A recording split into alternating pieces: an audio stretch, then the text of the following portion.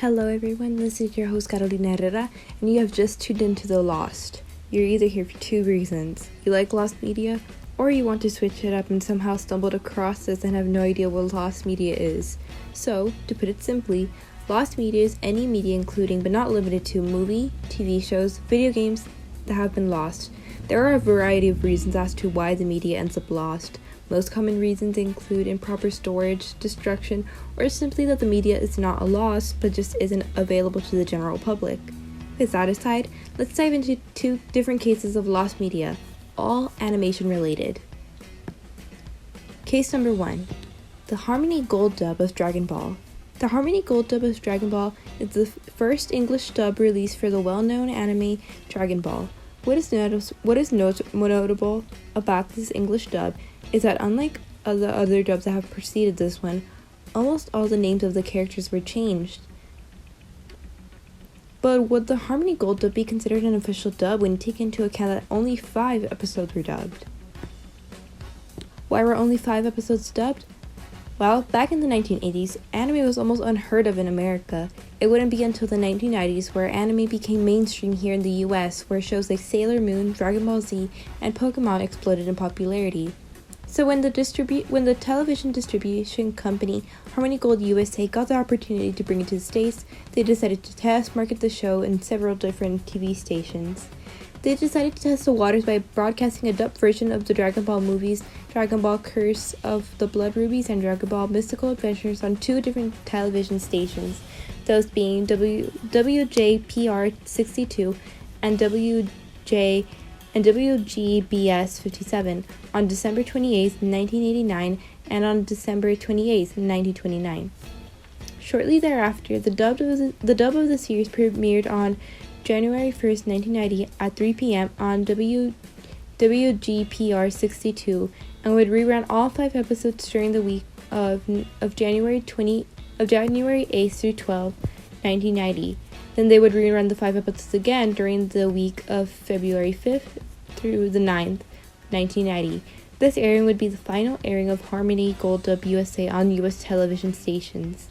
No episodes or clips have been seen since February 1990. However, many people have claimed to seen the dub while it was on air. Then, several years later, a fan of the show who was in possession of the tapes of the 5 episodes sent them to an internet user digitized, who then later sent them to the Internet Archive. However, audio at times was damaged to the point where it was unsuitable for restoration. Later, the same internet user had sent the tapes to the Internet Archive had achieved a bootleg tape of the same 5 episodes through this time through VHS. The tapes were later digitized by the user and were soon uploaded to the Internet Archive, Nia.si, and MySpleen. What I think is really interesting is that if the internet was never a thing, or if it had never gone as mainstream as it is right now, it's crazy to think that these dubs would never be found or would probably just be forgotten or completely lost to time. If it wasn't for that Dragon Ball fan, if that person had not uploaded those clips to their Facebook fan page, then we probably would have never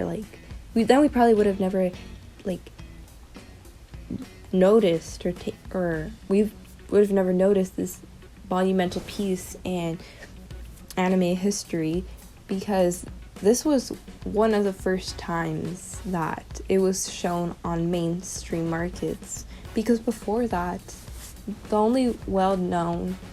there's 2 well-known anime franchises, one of them being Astro Boy and the second one being Transformers. However, Transformers is an adaptation of a already existing Japanese media franchise. Case number 2. A Day with SpongeBob SquarePants. One day, an Amazon product titled A Day with SpongeBob SquarePants appeared, with November 22nd being the date it will be available for sale. Months went by, but the DVD had not been up for sale. This went under the radar for a few years until in 2014 when an internet user found the listing. Although years went by, the DVD was not available. The only things that were known about the film were its DVD cover, its distributor, its subscription, and its runtime. Soon more people would find out about the strange movie as the internet user who had found it made a page for it on the Lost Media wiki. Afterwards, the search for this movie began. The search for the movie was large, and it made the movie a big topic online before finding itself on 4chan, an internet website infamous for solving mysteries. Soon afterwards, a search party was made on the website as its obscurity had captured the interests of users. Quickly, they were able to find out that the boy on the DVD cover wasn't an actor in the film, but was just simply a stock image of an unknown boy. After a ton of digging, the search party came across an online fundraiser launched by Regal Films, the distributor of the movie, under the name Grand Scale Entertainment. There were two people attached to the fundraiser, Jason Boritz and Lorenzo Holly. On Grand Scale Entertainment's website, there was a phone number.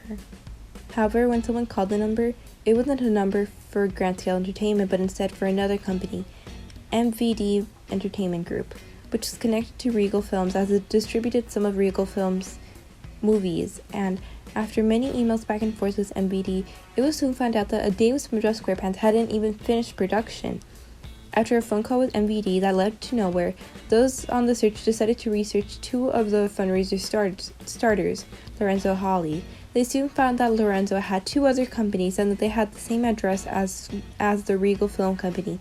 After many attempts, they were finally able to contact Lorenzo and managed to get a phone call with him. On May 6, 2016, in a phone call, Holly revealed that A Day with SpongeBob SquarePants was apparently out for a short period of time. However, but it got pulled back, and he said that it would later be released that year in 2016 via crowdfunding. In September of that year, the Kickstarter was launched, but as of April 2022, the movie has not been released yet. The only official material they have from the film is 5 undeveloped script pages released by the original creator who goes by the pseudonym of Mr. Orange.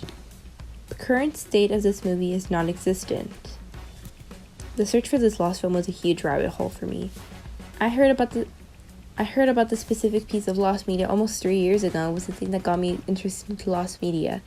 And my favorite thing about the whole Day with SpongeBob's case is that that SpongeBob's parent company, Viacom, has not sued Regal Film Companies despite using one of their characters. So it has me thinking that maybe it got pulled back because they wanted to avoid a lawsuit with Viacom. But then again, if it was a mockumentary, that means it would be a parody, and parodies contain based on other media or copyrighted media terms aren't illegal,